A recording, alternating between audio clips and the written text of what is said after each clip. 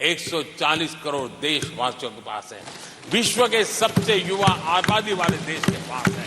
और इसको मैं, जो देश हमारे साथ आजाद हुए थे वो हमसे आगे निकल चुके हैं,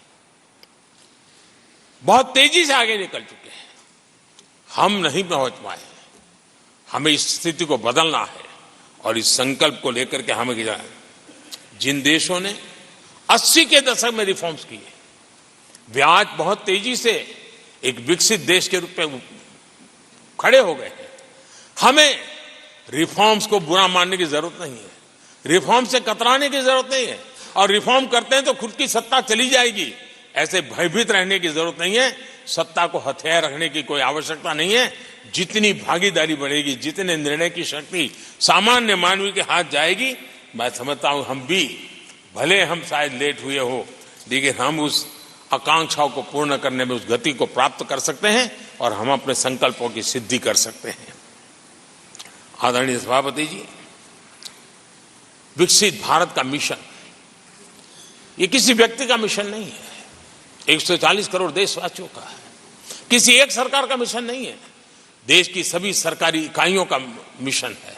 और हम एक सूत्र में, एक संकल्प के साथ मिलकर के चलेंगे तो हम इन सपनों को साकार कर पाएंगे, ऐसा हमारा पक्का विश्वास है।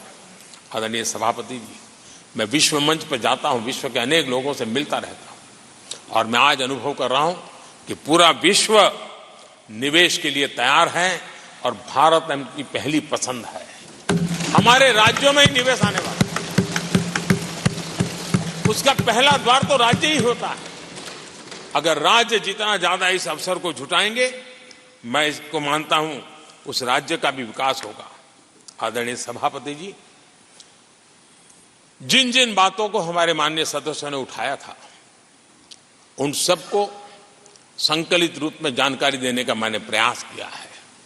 और आदरणीय राष्ट्रपति महोदय ने जो अभिभाषण दिया, जो हमारे लिए दिशा निर्देश दिए हैं और देश के सामान्य मानवी के अंदर जो उन्होंने विश्वास पैदा किया है, इसके लिए मेरी तरफ से भी और इस सदन की तरफ से भी मैं राष्ट्रपति जी का हृदय से बहुत बहुत आभार व्यक्त करते हुए मेरी वाणी को विराम देता हूं। बहुत बहुत धन्यवाद।